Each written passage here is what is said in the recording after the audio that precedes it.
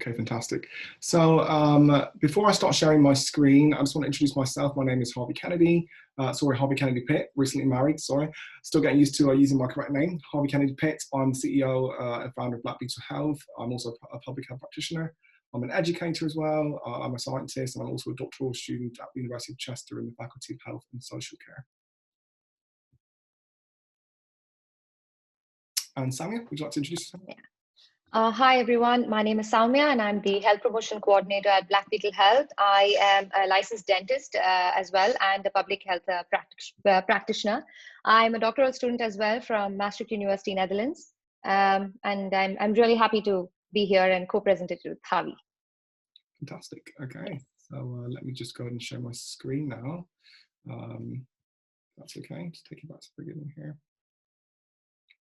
So I think it's only fair for us to sort of, tell you a bit about what exactly Black Beetle Health is, what we do. Just let me know if you can see that. And if there's any issues with that, I can make some adjustments. Are we okay? Thumbs up? Can you see that? Brilliant. Okay, so today's event was essentially, it's gone through a few different transformations as to what we thought the event would be about, and we sort of thought, what's the best way to plug this, what's the best way to formulate this in such a way that we could ensure that it can be utilised as a resource later on, and that we could have some useful discussion in this space. I know that we were expecting sort of Dr. Mark Pakinathan as well. I don't know if he'll be joining us this evening, but if not, we'll definitely be sharing this resource with him as well. I'm sure that he does this all day, every day. It would be really great to hear what he's got to say about it, but at the end of the day, we'll just roll with it as it is. So today's topic is really about improving access to sexual health services in Southwark, so that's of course a borough in South London, and looking at ways of improving existing sexual health services. And when I even read this, I sort of think to myself, oh right, great, another workshop about how we can improve sexual health services. How is it different? And my understanding is that we're going to be sharing a bit of information today, both from our personal experience, lived experience as well, research experience, and what we're sort of doing in the sector right now to ensure that these services are indeed being improved and that people are actually engaging with these services, okay?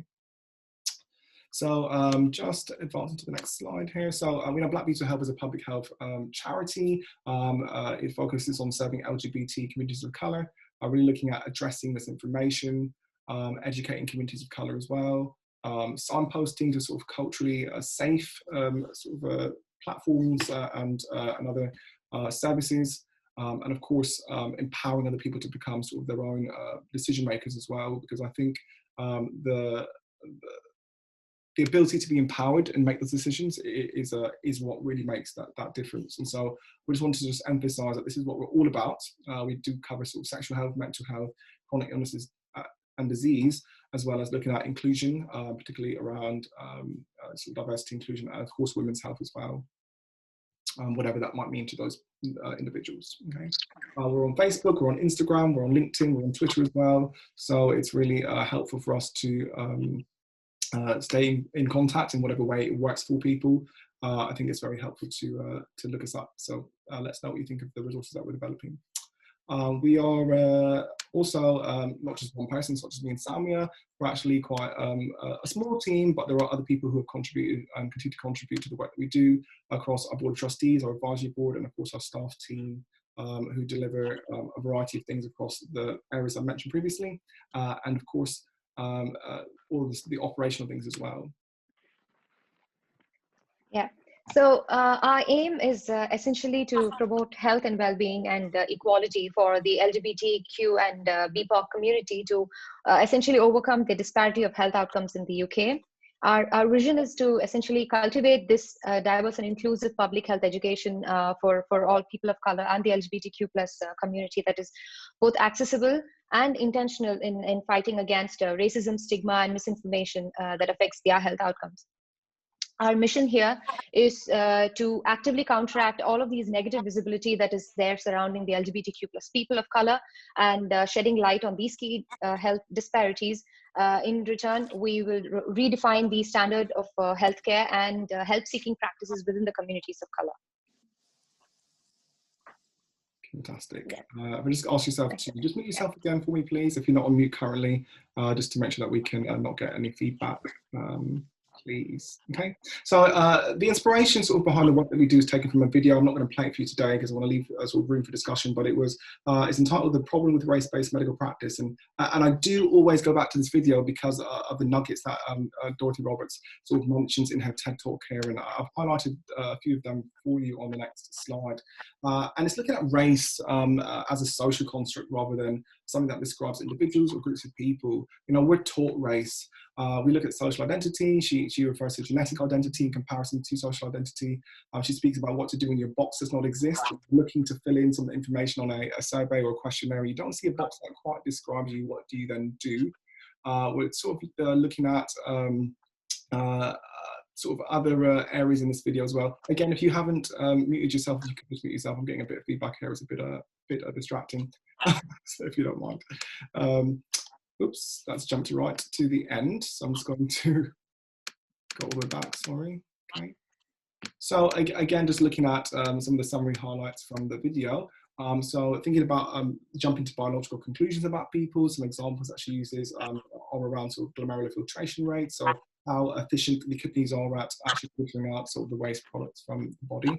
And also looking at biases and stereotypes. And she uses another example here around sort of spirometers, which measures sort of lung capacity and how well lungs are working and what indications that might you know, bring for certain clinicians in certain spaces. And this is quite general, it sort of goes up and down the body here, but I know today's about sexual health, but remember this slide, okay? Just to give you an idea of the work that we do, we obviously prior to COVID did quite a bit of face-to-face work as well. But we do operate mainly online currently, as many organizations are doing, and that is what works for us currently. And so we're going to continue to do that because we actually have improved our reach greatly from doing that. We've also worked in collaboration extensively with a variety of organizations, those that you see on the screen.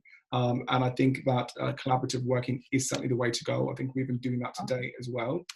So that's quite important to state. Okay. We're already. Thank you. So our objectives today for this session will be to first understand the concept of sexual health and well-being, to also discuss what the importance of having access to these health services are for LGBTQ plus people of color, and to understand what the role of treatment as prevention within the area of sexual health and well-being is. And also, we will also provide you with the key healthcare providers in the Southwark region who adapt these services to meet the needs of the LGBTQ plus people. Next slide, please, Harvey. Thank you. So we'll just start off with a discussion here, and I would welcome all of you all to engage in this. So if you could just shed light on what do you think are some of the barriers to people engaging with sexual health services? Why do you think this problem is there for the communities of color, and why is this even more complex for the LGBTQ plus and people of color community, and what outcomes do we see resulting from the poor engagement with sexual health services? So the floor is open for discussion. So I'm going to unmute you now, so if there's any anything strange going on in the background, feel free to. What are these barriers?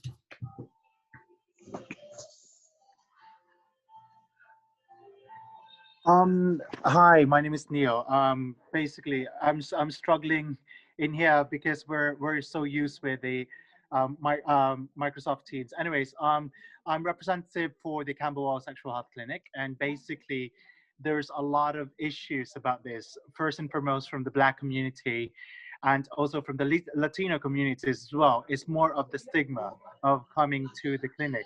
They more than often, every time they come in the clinic, they do have an alias. They don't want to be seen, and they don't want to know that everyone out there they're coming to the clinic. So we're trying to make sure that that could be, you know, the stigma about sexual health in regards to LGBT community from the Black and Latino community can be answered, but it's a struggle. We find it a struggle in here. Yeah, I find it interesting that you said that as well, as someone who presents as a person of colour as well, that even us, you know, as people of colour might go into a space hoping to offer services inclusive, but we still see the same barriers. And I think that's probably the next code to crack. Yeah, definitely. I agree with what Neil is saying, because I think personally, even I have faced that, you know, as a person of color when I enter the GP. So it does get a little awkward sometimes, you know, and yeah, that would definitely be a big barrier. Yeah, absolutely.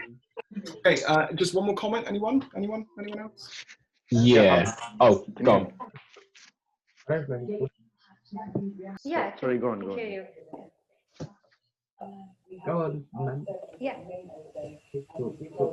So, Lewis, did you want to say something, or Nathan? I think you were about to say something as well. No problem. I just wanted to update you before I left. I didn't want you to keep I was just gonna say, I was just gonna add on to Neil. Really, there's that stigma and shame, and I think within a lot of our communities, some people haven't reconciled who they are, and going to a clinic for a specific issue that relates to your sexuality is it really is confirmation, as well as, you know, some people have a fear that they're going to be seen, and also yeah, I'll just leave it for that, just for time. Faith and fear.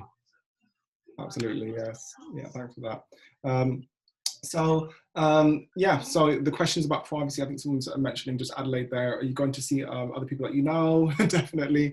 If you just want to drop those in the chat, I think it's probably a great way to also engage in the discussion today. Thank you for that. Okay, so people might be asking us, why LGBT POC sexual health? What even is that? Surely it's just a blanket of sexual health, and I guarantee you it really is not. And the conversations that we're having in the work we're doing with Black Beetle Health sort of mirror that.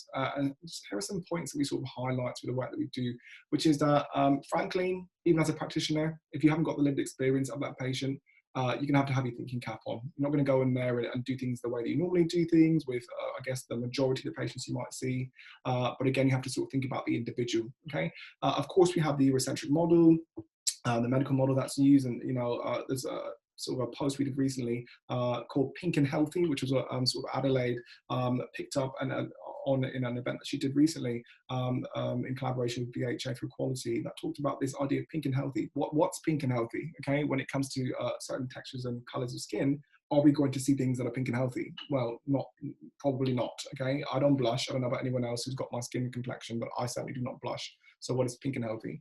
Thinking about discrimination in healthcare as well, anxiety and depression that the individual might be coming in with, or also developing as a result of being in that space.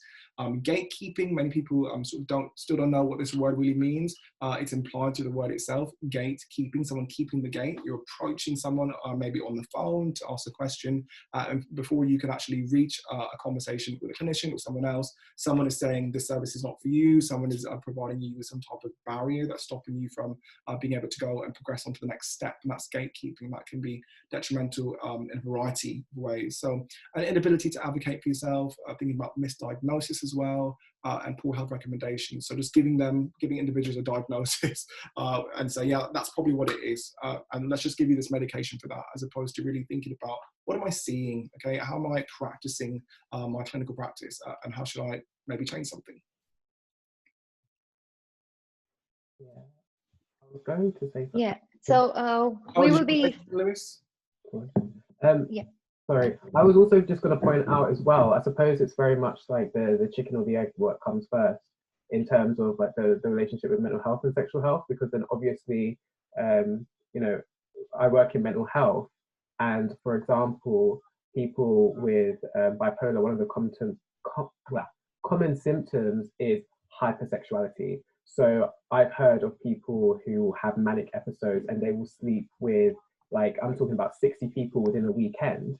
So it may not be a case of the sexual health. Obviously, you know, they probably need to go get tested and all that kind of stuff too. But then it's thinking about what service would be most appropriate to actually break that sort of cycle. So of course that person knew that they had a diagnosis for bipolar. So they would know that if they were sleeping with that many people, that they would probably go more to the mental health side to break that sort of pattern of behavior rather than going to the sexual health space, because the sexual health to a certain extent may also like indicate or might be more for what happens afterwards. So like, you know, if they slept with all those people and then afterwards they got chlamydia or something like that, rather than taking a step back and being like, okay, well, what, I don't know, sort of like mental capacity were you in when you were actually having sex? Were you depressed? Were you on a manic episode? Whatever it might be. So I think there's probably also the challenge of it balancing between mental and sexual health.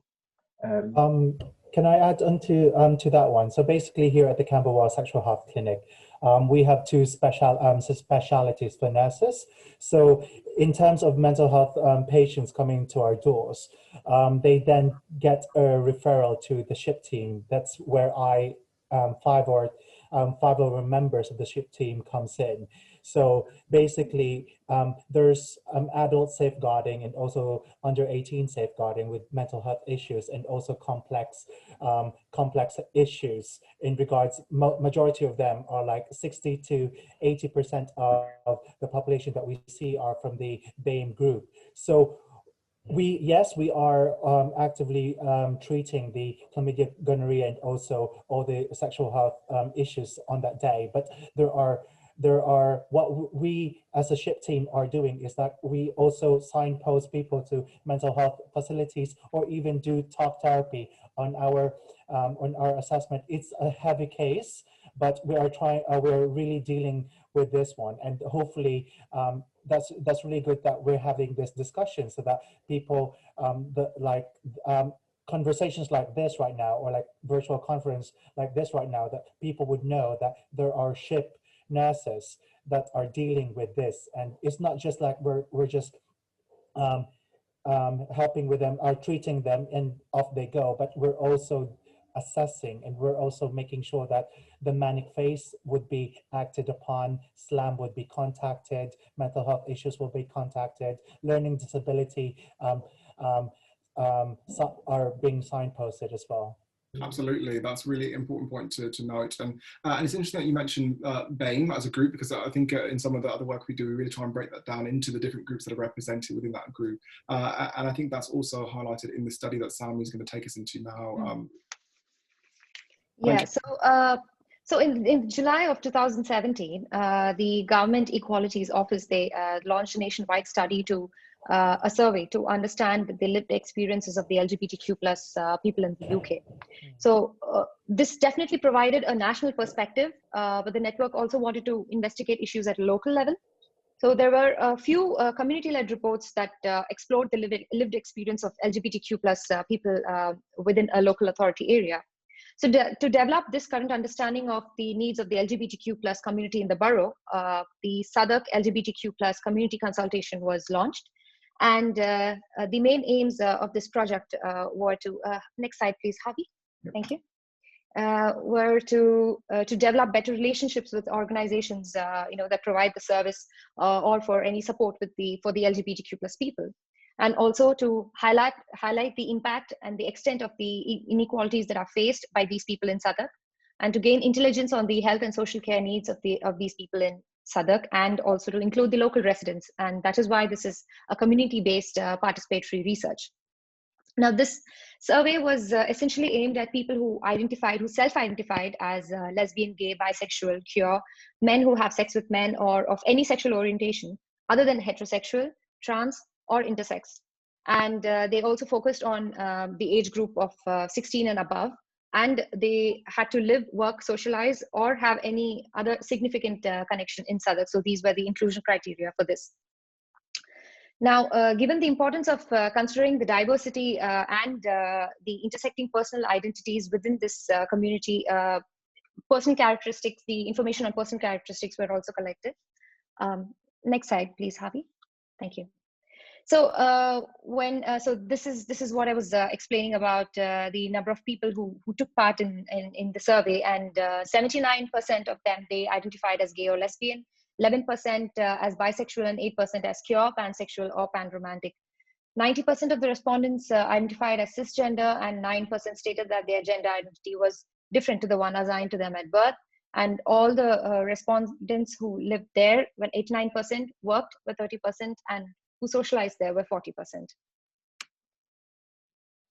So the key findings were essentially divided into 3 categories. So the first one is health and well-being, second one is socializing, and the third one is feeling an openness about their sexual identity and the gender identity.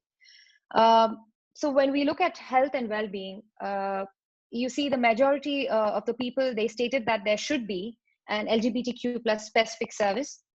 I mean, 71% of them stated that, and 82% were not aware of any of these services that were present in Southwark. So I think that would be like one of the main findings that you can see from there, when you talk about the awareness, surrounding sexual health services in that particular borough. When we talk about socializing, you can see that the majority of the people, they socialize in the borough at least some of the time. So you have a lot of people there, you have a lot of socializing happening there. And 80%, they were either unsure or they felt that there was no sense of any LGBTQ community in that area. So I think that those are like really important findings that we need to focus on.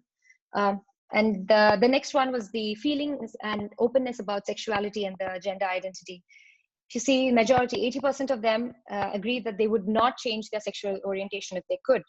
And 72% were comfortable with people finding out about their sexual orientation or gender identity. So it is sort of, biased there as well. Yeah. I just want to play a quick video for us. I'm hoping that everyone will be able to hear it. And it's entitled LGBT Healthcare Scenarios, okay, more than just sex. And this is based over the United States, but it runs for about a minute. And I think that we can draw a lot of comparisons to what we learn in this video. So just let me know if you can't see this, and I'll just try and reposition this again. So I'll just share that. Okay, there we go. Can we see that? Okay, brilliant. Are you a doctor? Do you wake up every day to save lives? Oops, let me just load this really quickly. There we go. Well-intentioned doctors like you make LGBTQ patients uncomfortable without even knowing it. Well, I don't see a need to prescribe you with birth control today since your partner is also a girl. Oh, okay. Okay, moving on. It looks like I just saw you last week for your hormone therapy.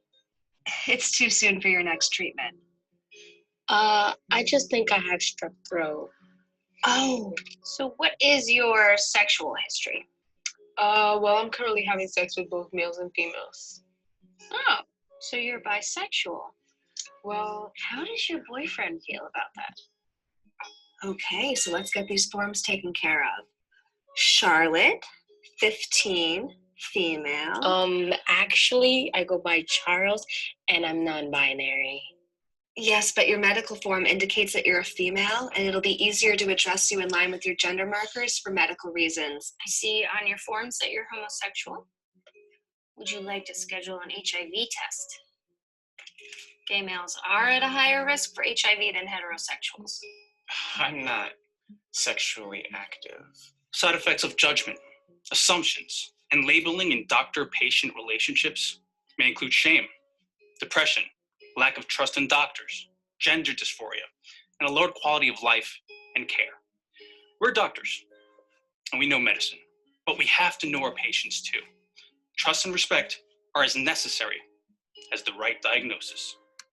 Fantastic. I think it's a really brilliant video, and it really sums up sort of a lot of why we do what we do. And I just want to sort of ask a few questions and just pop them out there. Feel free to jump in the chat, or you can unmute yourself and contribute just briefly, just conscious of time. But I just want to give you a chance to interact here and think about if you were the patient. Okay, how do you think that GP could have improved that interaction? But also thinking what actions that GP could do to make that patient feel a bit more welcomed, particularly as an LGBT person of colour. Or yeah, I'll just leave it at that. What can we be doing? So some of us are not clinicians in this space, but we might be patient-facing in other capacities. We might work in, even in research. We might be approaching people, or we might be members of the community. We might want to be approached in a certain way. What could that GP be doing differently? Okay, we have a comment here, if I can see it. Okay, so open questions, no assumptions. Yeah, thinking about the way they deliver their advice, the language they're using. Obviously, the video would have been very intentional to get the point across to show how awkward that can be. But it's not a long way a long way off from the truth. Anyone else want to drop something in the chat for us? Or unmute themselves? Yeah, I don't want to type. Oh, posters, okay. so Mark says some posters maybe. Okay, I don't know if he means that posters in the actual office to warming up the experience, or Yeah. posters, but I think. Yeah, I was basically digital screens of posters that show same sex or different gendered people. So it looks like a friendly place for people of diversity, diverse people, diverse backgrounds. Absolutely, representation, Adelaide says here as well, is what I believe you're saying, yeah. What were you going to say there, Lewis? I was going to say that people need to just recognize what raises their anxiety levels, to be quite honest. So like, when I worked in a previous IOP service, I think one of my colleagues had said, oh, you know, like something about women, and it was something about, oh, you know, when you have your girlfriend or something like that. And first of all, I was like, wow, like I thought I was like really out, like gay. But, and I was like, I'm gay. And she was like, oh, okay. That's okay. And in my head, I was like, thank you. Are your anxiety levels okay? So I think some people need to actually just recognize what makes them feel uncomfortable, or maybe just recognize certain areas of knowledge that they don't know much about, you know, especially around like gender, for example, is blowing up a lot more now, and people are a lot more conscious of the language that's being used, especially around like non-binary people and stuff like that. So I think it's also good when I was kind of dealing with the LGBT stuff in my previous service, to actually allow for like a non-judgmental space for them to ask a lot of questions. A lot of questions are around trans people, just saying. But again, if it's things that are facilitated within a safe space, then I think that does help, compared to if they're learning on the job, like if they have to ask their patients about questions of transitioning and all that kind of stuff too, like awkward, yeah. I think we have some real good engagement in the chat, actually, and I think Neil mentioned something really valuable, which is pride in practice in GP surgeries. Now, we know that pride in practice is mainly based in Manchester, but they have a really large presence in London as well, with the London team, and that's offered through LGBT Foundation. They offer sort of LGBTQI trainings in primary care, and they have an award scheme that goes sort of bronze, silver, gold as well. And it's normally sort of aimed at sort of doctor surgeries, GP practices, dentists, and now looking into a sort of oral health, as well as looking into opticians as well. And you might miss that if you're working sort of in a hospital. Harvey, so basically I've already been, the Camberwell Sexual Health Clinic has already been in contact with North Southwark GP Federation. So we will be launching this by January, Pride in Practice for Southwark. And you're showing off, Neil. No. It's just that because I used to work in the GP service. Oh, right, okay. And I feel the need that it needs to be a good thing that I could pull some strings and pull some networks within Southwark. And I'm currently working with with Michael Brady, which is the LGBT chairman for health service whole of the country. So we're really pushing this in Southwark, and I'm happy that Nathan, special shout out to Nathan, invited me to this one, and also giving me the opportunity to know more about Black Beetle and this one. And it's vital. It's extremely vital, because a lot of our transitioning patients doesn't even know that they've been put aside. And part of my comment over there is that we have a lot of lesbian couples and gay couples and transitioning individuals who have been labeled differently in the OB-GYN or the heteronormative medical fields, because they only feel that people who can get pregnant are men and women. So that is one thing that we're tackling with the consultants over that. Amazing. And creating a bit of competition as well. You know, sometimes when certain GP practices or clinics, you know, they get their pride in practice training, for example, they sort of sit on it and they say, well, great, we've got it. But really it's about sharing. And I see some more comments here just sort of saying that healthcare practitioners sometimes, you know, we need to practice phrases and routines, something they feel familiar with, you know, what they would say to people in certain situations. You mentioned sort of OBGYNs, or and how they might approach non-binary individuals who might be, or trans men who might be seeking to carry a child, and ways in which you can just sort of leave it up to the person to determine how they want to be communicated with and how they want to be referred to. Okay, so I'm just going to go along really quickly. So I'm not going to play this video for us just in the interest of time. It's actually a 10-minute video, so I'm not going to sort of take that time to play it, but I obviously would like to summarize it for you. And essentially the question that came out of this video was, to treat me, you have to know who I am. Okay, and if you watch this video, different people give different anecdotes about their experiences, and they sort of identify in certain ways and how they like to be communicated with. So it says allowing patients to self-identify and then acknowledging their identity is a strong and effective way of showing empathy. Can you think of any more ways a provider can be more welcoming? Now, this first person in the video identified herself as Latina lesbian woman. The second man identified as a white gay man. And the last individual identified himself as a white trans man. And I think that some people in watching this video, this is quite an old video actually, might be surprised in the way that some people introduce themselves and to hear some of the anecdotes. And so if you just want to write that title down, if you have a bit of a chance to go back and look at that, maybe on YouTube, it's just on YouTube, it's available. The title is To Treat Me, You Have to Know Who I Am. Okay, and it's just a bit of a video based out of New York City as well, whether you can sort of think about what that looks like for different people's stories. I think it's such a valuable resource that actually King has found for us. So we've seen a lot of barriers that the LGBTQ plus people face when it comes to accessing healthcare services, and because of this, there are a lot of health inequalities, and race-based medicine. When you see, I think the most important thing here is, they have a lot of cultural and religious and personal beliefs that can, affect the patient's comfort in accessing healthcare and essentially like disclosing any concerns related to their sexual orientation or gender identity. The feeling of being judged by a physician, essentially, or feeling that their physician is not competent in addressing their concerns, contributing to the patient's barriers to accessing appropriate care. Also, there is a lot of fear of victimization and stigma. They are really strong deterrents to accessing healthcare.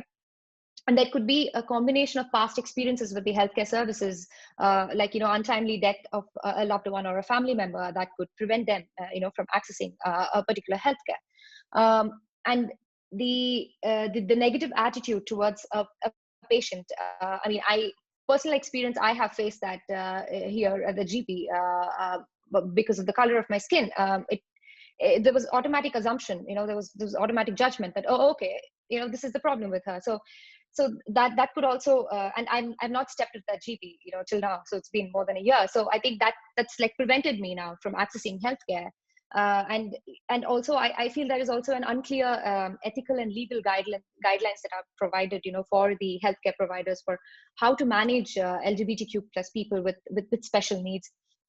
Also, like Harvey mentioned at the beginning of the presentation, that people assume pink is healthy, but what about people of color? You can't just assume pink is healthy, and they have different thresholds of pain, and you just like it's completely different for Asian women, when they're delivering and all of that. And so you have all of these barriers that prevent it, and also misdiagnosis of a health condition by the health practitioners could also lead to a lot of health inequalities and a big barrier to access of sexual health care. Next slide, please, Harry. So I sort of like go into health values. This is always something I think about, and I tend to share this experience with others, thinking about where we get our health values from. And this can go for clinicians, it can go for the community, it can go for anyone who's willing to think about it. It's really thinking about where that comes from, what shapes our journey. For me, I love to share a picture of my parents. I sort of think about, their experience. My dad came to this country when he was 7. Mom came when she was 19 or 20 to study nursing, but they both came from Jamaica. And that was the interesting thing, actually. actually, because they didn't know each other in Jamaica, but they did manage to meet each other here in the UK. Mom went on to do nursing, and dad went on to study to become a minister and a pastor. So, the message of the health message sort of in that denomination was around new start, so nutrition, exercise, water, sunlight, temperance, air, trust in God, this whole thing. Mom was very big on listening to your body. She studied nursing and then went on to do 47 years of bedside nursing. That will influence the way that I think about health values, okay? And so the average person who might not have had parents with that sort of experience or, sort of had that happen, they might not be thinking in that way. So it's really thinking about where they get their health beliefs from. So there's a little diagram here that was shared back about 2010. I still utilize it today because people haven't changed very much, have they? And there were sort of 5 different categories here, and we can see that the largest category actually is, what's the largest category here? The live for todays, okay? The people who value health, but they don't ever think they're going to get sick. The people who love engaging in sexual activity and enjoying themselves, which we are big advocates of. You should absolutely be, enjoying that experience and experiencing pleasure in your experiences. But again, never thinking that you're going to get sick or you're not going to catch anything. That's someone else, okay? It's something that a large percent of the population have admitted to thinking within this particular study. We also have sort of balanced compensators to sort of think, okay, if I do a bit of good, a bit of bad, okay, I'll wear a condom sometimes and other times I won't wear it. I'm sure I'll be okay. Health conscious realist, unconfident fatalist, hedonist immortals. Okay, we have these really interesting sort of categories of people, but I bet we all know someone, okay, who sort of fits into each one of these categories. And it's about thinking about who that person in front of you is presenting as. What category are they representing on that day? And so thinking about attitudes toward health, thinking about the way in which we say, oh, we can't really adjust for age or sex. Of course we can, because that's what epidemiology is. It enables us to do calculations that adjust for age, for sex, for comorbidity, so having more than one sort of a long-term illness or illness at the time of your visit. That could be complicating your experience. So we know that we can adjust these things. So why are they not being more regularly adjusted? And thinking about the risk associated with those elements not being adjusted.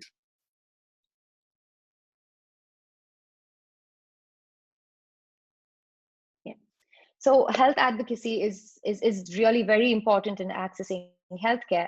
And we have 3 main categories. The first one, health literacy.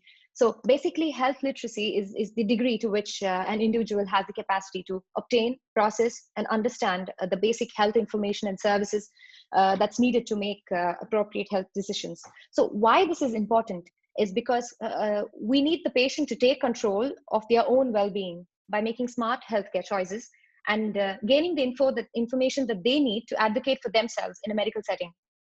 We don't want people making decisions for them, about their health. So health literacy is very important. This will then lead to health access, that is the timely use of personal health services to achieve the best possible health outcomes that's required for them. And this can be achieved by self-efficacy, the level of a person's confidence in their ability to successfully perform a particular behavior. So in this case is to make the correct health decision that they need. And this forms a part of the health belief model. So it is very, very essential to make sure that each one of us practice all the 3: health literacy, health access, and self-efficacy. And of course, these are quite big words for the general public, so they might be thinking, okay, what is that you want them to do? But how we can be thinking, okay, whether, we might be on the giving or the receiving end of that care, we can think about how to make even the language used there on the screen a bit more accessible, okay, for individuals, by the way that we act, by the way that we respond, by the way that we ask and answer questions.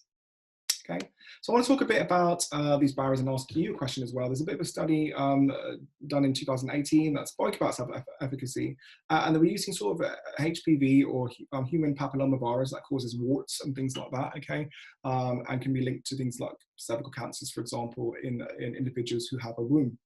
And thinking about people's ability, okay, to engage in preventative behaviours and how they were affected by the barriers, such as the ones represented in the image on the left-hand side of the screen. So looking at stigma, race, education, access to money, language, bias, sexuality, shame, to name a few.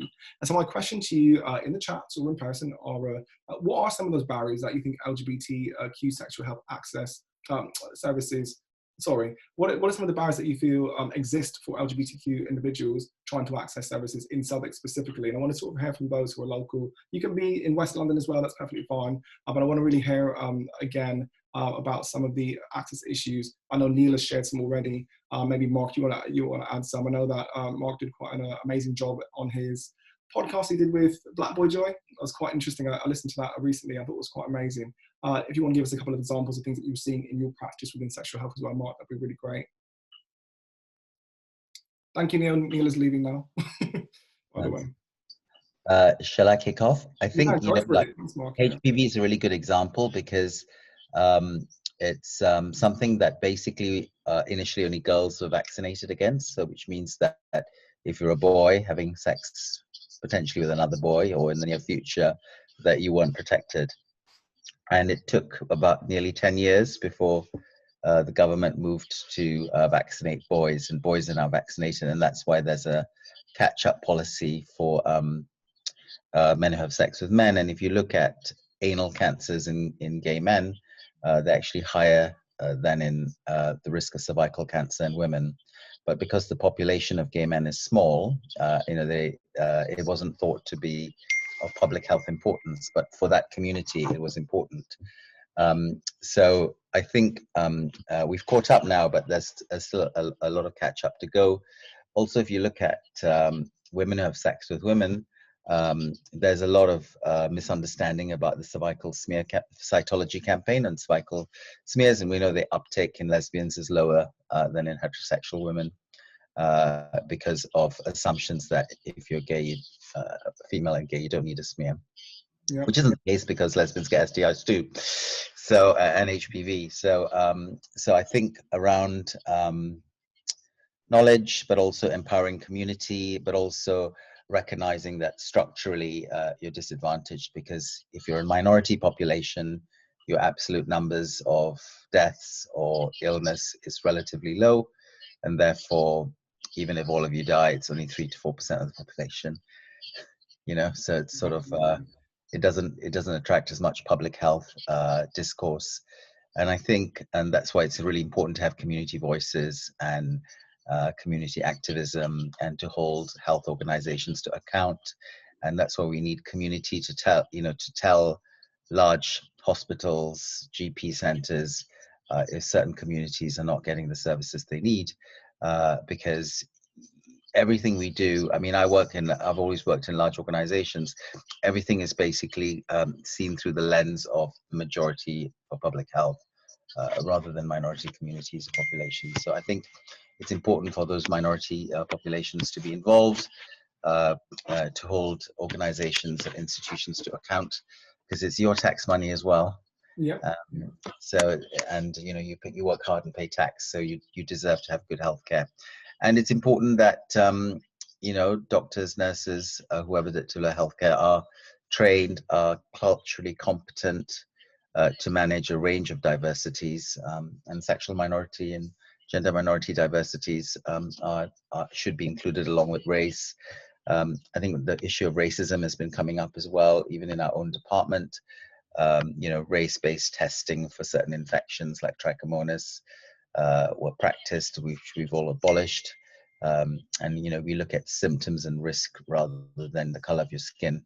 And even if you look at COVID, there's a lot to talk about race, but actually race is just a blunt instrument to measure for social inequality, lack of health access, suspicion of, or just a difficulty if maybe you're not listened to as much if you've got an accent by 111. I don't know. I mean, these things probably haven't been studied. So so there's a lot of inequality that is unknown, and the difficulty when you say if you're Black and minority ethnic, then you're at higher risk of COVID death. Well, you can't do anything about being a BAME, but you can do something about social inequality, crowding, poverty, lack of opportunity, and unequal application of policies and procedures by employers or whoever to individuals based on how they appear. So yeah, so there's a lot of justice work to do even within the UK. So I think we need to hold epidemiologists to account when they just say it's because of the color of your skin. Well, it's not because of the color of skin. It might be, you know, there may be genetic factors, of course, for certain conditions, but we also need to look at the wider factors that contribute to illness. Absolutely. And I'm really glad that you mentioned the COVID one. I know that you were going to sort of try and mention a bit of that today, and we have got sort of a, I don't know what your time scale is if you're going to be joining us and staying with us. But I, you know, we want to sort of delve back into that. Oh, look, it's your slide, Mark. Go on. Go on. Okay. No, I let you do it. You prepared. I'm not prepared. I'm just talking. Well, all I'm doing is I'm just presenting the information back from Professor Kevin Fenton's study, understanding the impact of COVID-19 on BAME communities. Again, this is taken from a review, so we don't want to call it an inquest or even a study, but it was just a gathering of literature that was available to really try and shed some light. And I just lifted this screenshot from the resource that you provided to the stakeholders on the national meeting. And that was really to look at some of the themes. And you mentioned many of them, looking at vulnerable groups, trying to understand the impact of poverty and income, thinking about people who have to take public transportation, those who are in frontline roles. You know, we have large percentages of people from Black and Asian minority backgrounds who are holding up the NHS, okay, and the effects of that when you are being outrightly exposed to infectious patients. I'm thinking about the mental health aspects of this, the amount of time it's taking people to get into services, the role of media in this. You mentioned cultural competence as well, sometimes utilised as cultural humility of the United States, which really drives that point home of what cultural competence really is. It's saying, well, patient, okay, how are you feeling and how can I best, okay, treat you, okay? Also thinking about people's urgency, the urgency with which they act, so acting now, and also thinking about the need for additional research to support all of this information. So we're saying it, sometimes I feel like I'm repeating myself. I'm sure that others in the space feel like they talk about this all the time or they hear about it all the time. What's the other thing? Okay, where are we going with this? Where is the research that we need that is not being flagged up, frankly? And it makes you wonder, you know, do people care about it? You know, do people want to see any change in this? So talking about research, talking about data, talking about lived experiences, narratives, thinking about people's case studies, okay? What are their stories, okay, behind all of the fancy data that epidemiology can sometimes provide, okay? I'm just going to bump along really quickly, just looking at the time. Yeah, so we do a lot of health promotion work, and we have recently released a sexual health guide that's specific for LGBTQ plus people of color. And we have a lot of other work that's going to be released soon as well for women's health, for mental health. We have one that's going to release really soon, the mental health one, and then stress management and chronic disease and illnesses. And we've also worked on you know, subcategories on especially like in women's health, you know, LGBTQ parenting and abortion services and all of that. And with the chronic illnesses, we have specific guides for HIV and you know, other illnesses, cancer, cervical cancer, and all of that. So we have a lot of health promotion work. So I would encourage all of you to subscribe to it.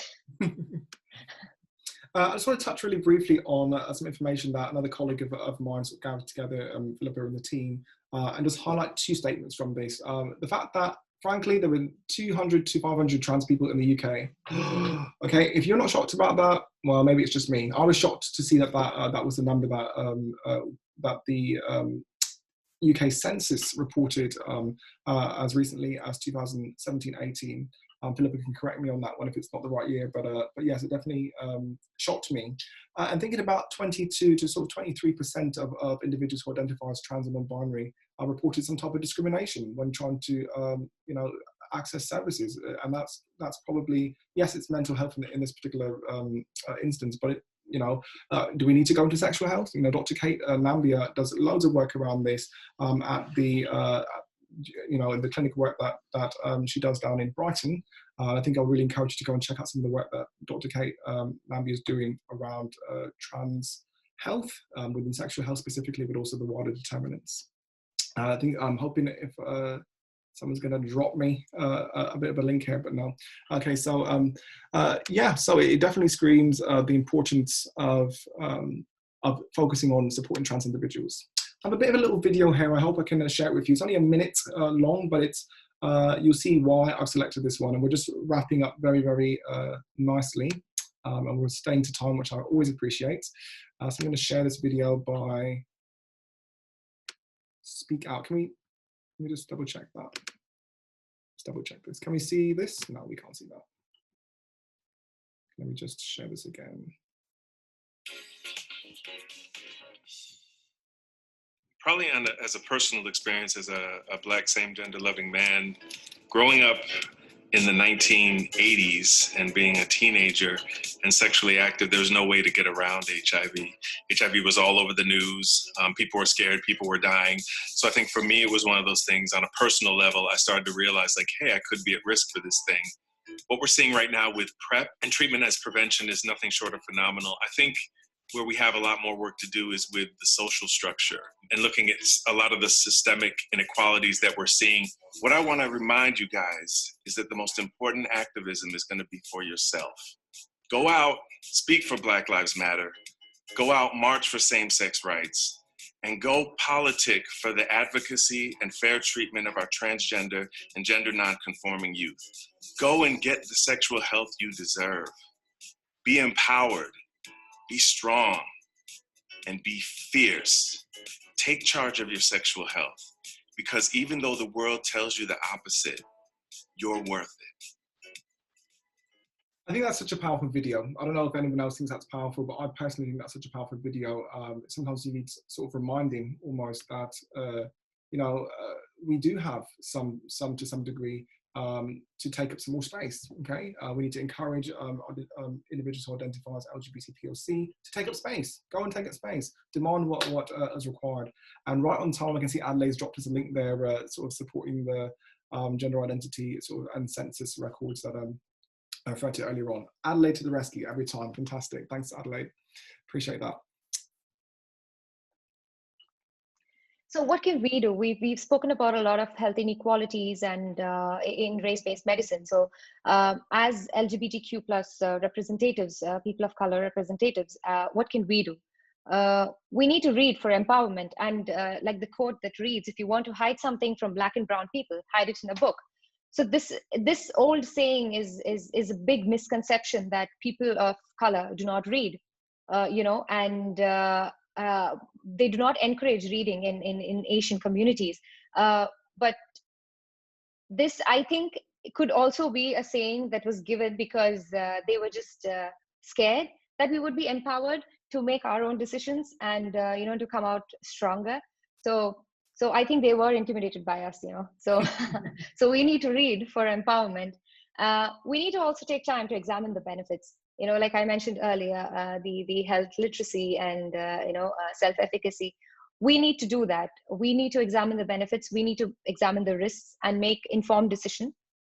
We need to build the evidence base.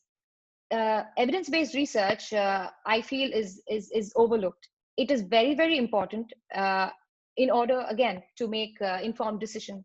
And it is very, very essential to record all of the evidence, to refer back to all of the evidence, and keep building on research for us and for our future generation as well, to refer back to and to know who we are, what we can do, and what we are built for.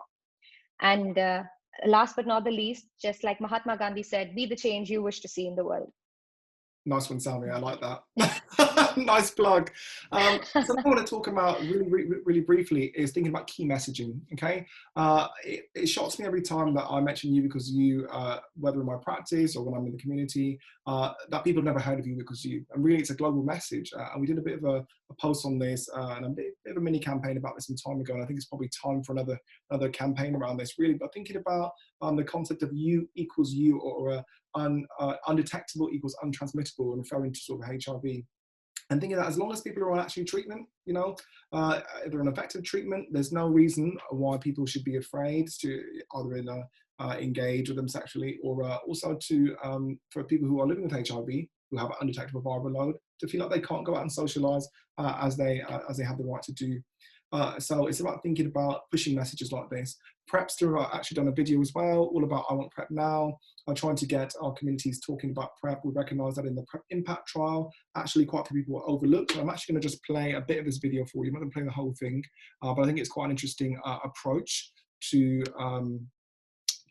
sharing information within our communities about things such as PrEP, which is pre-exposure prophylaxis. I'm just going to try and get this to behave, and hopefully share this with you. So sharing now.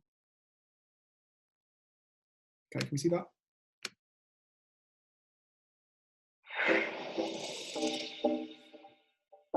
Okay.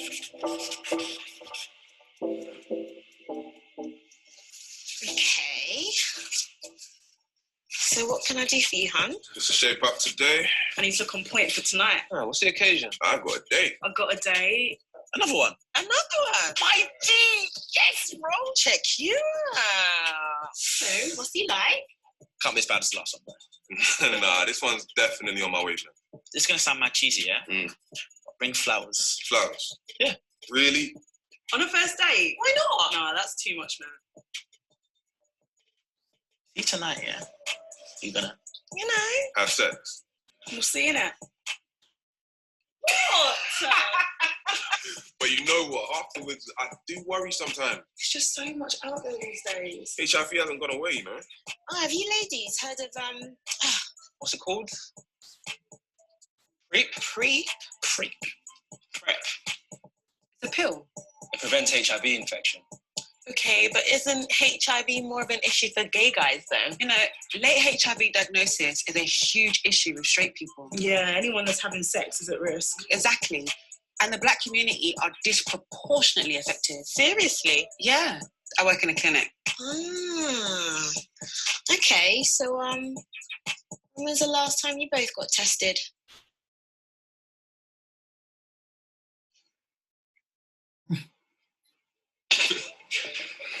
You see this PrEP thing? How's it work then? Well, you usually take it daily and it protects you against HIV. Wait, so what about side effects? There are some side effects, but most people don't experience any of them. And if they do, it's usually just for a short period while their body adjusts to it. You know what? It's actually pretty safe. Like, it doesn't matter if you're getting pregnant or your periods or any contraceptive you're taking. Oh yeah, my cousin, Yemi, yeah, she started taking it when she split up with her husband. Yeah, she says it's fine. So how do you get PrEP though? A lot of people just usually come to us at the sexual health clinic. Oh, you can get it online too? Wait a minute, yeah. Why would anyone need it though?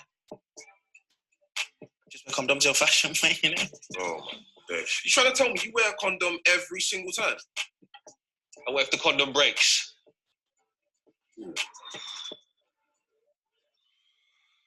Having said that, people I see still use condoms as well, you know, because it protects them against other STIs. Well, I guess it is good to have other options, right? It's whatever works best for you. I'm definitely going to check it out. Man. Look, I would. I think PrEP just gives you that extra peace of mind. So you should get your free cut. Oh, get it out! You don't get it. Can't get your freak on. Okay, and I'm just going to stop there. You can actually access this online, so I don't want to sort of stop it prematurely, but I do want to give us a chance to just wrap up our conversation here. Oops, let me just stop sharing because I'm lost now. I can't find you. Okay, here we go. So, but it's really about messaging, okay? Are we sharing these messages in our communities, you know, across all of the acronyms that we can think of? Are we sharing these messages? Then they're human messages, frankly. They're not just for BME groups or, you know, Black and brown people or, you know, BIPOC, QT groups, LGBT. They're human messages. I'm really thinking about how we can get these messages to become a part of the conversation that we're having regularly in the community as well as in clinical settings. Okay, I just want to briefly mention the PrEP impact trial and some of the difficulties that were around this. Essentially, when they sort of released PrEP or pre-exposure prophylaxis on an impact trial, people went trial, okay, and they got quite nervous about being a part of a trial. But it wasn't a trial, it was just called a trial for money purposes, obviously, and if you can correct me if I'm wrong, but I'm pretty sure that this is what the research was sharing, and the impact trial link is just there if you want to check it out. Again, it's now sort of been made available on the NHS. I don't know how much has been mobilised across the country, but we know that groups from Black and Asian backgrounds are essentially not becoming a part of this impact trial. They were not given the opportunity to learn about it in the same way that sort of white cis gay men were given access to this information. So obviously, what do we see? We see high rates of HIV appearing in certain groups. I wonder why that was, and seeing sort of a decrease or a drop in rates, or you know, a maintenance of rates in certain other groups. And so we have to think to ourselves, are we getting the message out? Okay, I'm not going to go into that too much. But I do want to just highlight the three sort of services that we're being encouraged to share in relation to Southwark specifically, and that's Borough Street. I think about Camberwell was mentioned, that Neil mentioned as well, and also NAS. NAS is all the way over in Hammersmith, but again, it's one of the go-to places, particularly for the mental health services. In my time there at NAS, I believe I also remember quite an effective sexual health clinic operating there as well. I've added this little link for Sexual Health London here as well, just something to have in the back of your mind to share or to utilise yourself. thinking about people who want to order HIV testing kits to take home and do them sort of remotely without having to actually access services if they're not really ready to do that just yet. So just showing you a bit of a map there, okay? This is Southwark Station. It's extremely close at walking distance. I'll be happy to walk that. Thinking about barriers for communities, again, we have Southwark Station here. Camberwell is just there. And of course, if you're sort of in West London or on that side, you can access again from both exits of Hammersmith Station. I'll probably take this one because this one, the traffic is a bit strange. But yeah, if you come from this side, you know, you're there at NAS Project London there. So now a lot of people are actually back up and running. You have to maybe just double check that certain services are running, but we know that people are following the advice of the government and sort of wearing PPE within these para-clinical settings, so they can continue to offer sort of services wherever needed. But again, it's just something to keep on your radar as a recommendation to someone else or for utilising yourself. Here are just a few other services, just a few other services that are available across London, just to have your eye on. Of course, Mark has dropped us a little number in the chat there, and I would definitely use that number as it's come straight from the source itself. So 7 days a week for PrEP and any sexual help sounds good to me. Please try and save that number, and just to have your eyes on some other services. Some of them are actual face-to-face services, some offer things online, some are advice services, some offer resources, just like the ones that we offer on our platform as well. So just if you want to take a screenshot of that, or you want to take just a note of that, I would certainly do so, because it's nice to have them and see them all in one place. Okay, wow, that's us. So any questions? I'm going to stop sharing now. I think we did extremely well for time. Only 4 minutes past the time, considering that we sort of started a tiny bit late there. But it's really a pleasure to have had everyone in the space. We had some extremely meaningful conversation, and this can certainly not be the last one that we do. I think this was quite a productive space here, and I'd love to hear your thoughts on this. So thank you. Any questions? Any questions? Any comments? Any burning sort of comments you want to share in the space, or have we done it to death? Okay, that means we did a great job, Sammy. That's what I'm hearing. Is that what you're hearing? I'm hearing we did a great job. Okay, fantastic. Oh yeah, Mark, do you want to go for one? You're waving goodbye. Okay, fantastic. Just Adelaide, will you be saving the chat? Yes, I can do that. I can save the chat and the recording as well, and we'll share it with those on the attendee list. I believe we have. Could you just, if you've been in the space today, just drop admin an email if you'd like to get the first dibs on the link to this. We're going to be sort of downloading it now and then turning it into a YouTube video and putting it on private to share with people in the space. For those who want to watch it back, or share it with colleagues or immediate friends. So if you just want to drop admin@blackbeetlehealth.co.uk, it's just in the chat now. Sammy's dropped it there. The team is on fire today. Everyone is dropping things in the chat. They're doing a fantastic job. Okay, good. So that's the email. Just drop us an email there with your email if you would like to get a copy of today's session and you want to sort of watch that back or think about it. And we'll also sort of share in the record, the sort of the bio of that video, some of the resources that we mentioned today, including some of the links that were shared by Prepster as well, which are really great. Love Prepster, love Prepster, love Prepster as well, and some of the locations that we mentioned as well. Okay, so thank you so much for your time today, everyone. Let's just double check the chats here and make sure we haven't missed anything. Fantastic, fantastic. And yeah, that's us. I'm going to stop recording now. So there we go.